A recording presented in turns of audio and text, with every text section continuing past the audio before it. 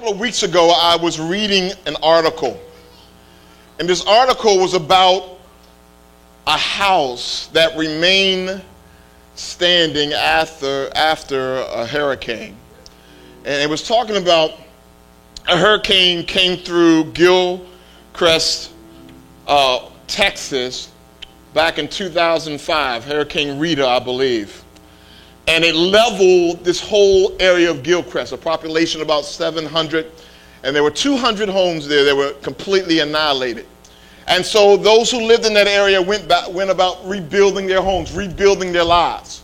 There was one guy in that area who said, listen, I do not want to do this again.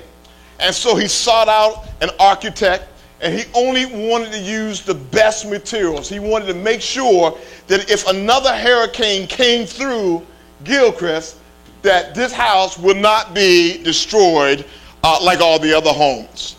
And so he built this house. It only cost him about $190,000, but he built it to the architect's specification.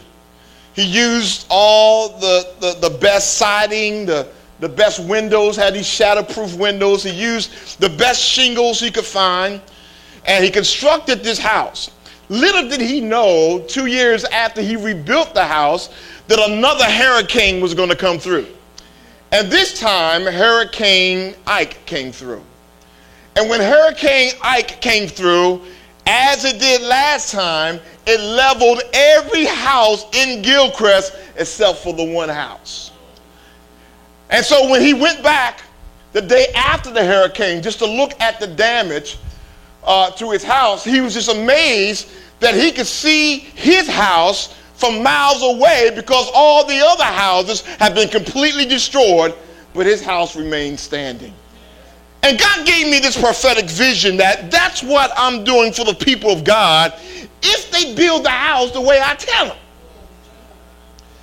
That though there may be calamity all around you, though there may be destruction all around you, if you build the house the way I tell you to build the house, then guess what? No matter what happens, your house will remain.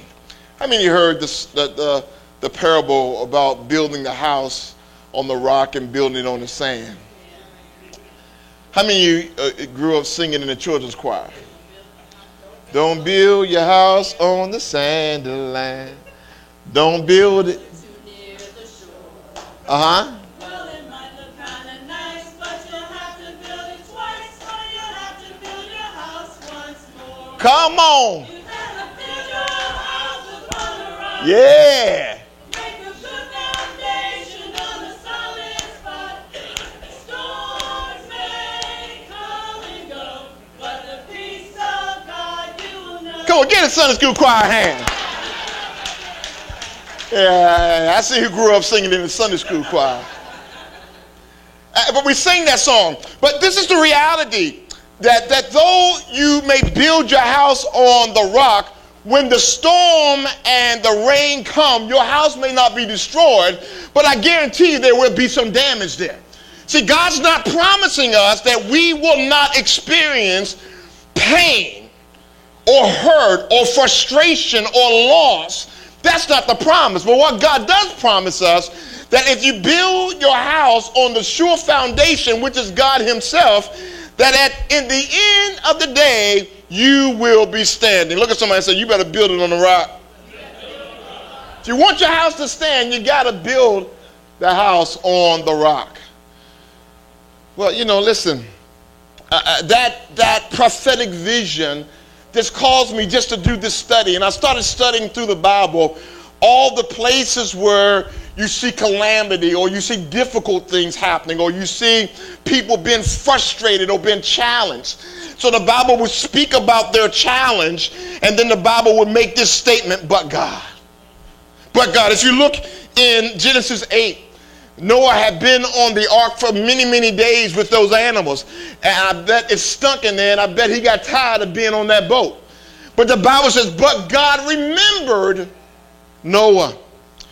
If you look in Genesis the 50th chapter, it talks about and his brothers and how his brothers betrayed him. And he said, yeah, what you meant for evil, but God Meant it for good. To track through the Bible, you see calamity, not non-existent. You see calamity being there. You see difficult times and difficult days being there. But you see, in the midst of all the difficult days, the difficult times, there is this but God statement. Look at somebody and say, but God. There's this but God statement. So over the next couple of weeks, we're going to move away from the book of Proverbs for the summer months. But the next couple of weeks, I just want to talk about some of these but God statements. And today what I want to talk about, but God secured my joy. But God secured my joy. Over the next couple of weeks, we're going to talk about, but God overcomes temptation. But God provides. But God had a plan. But God heals. And we're going to end it with, but God does not forget. Isn't that good?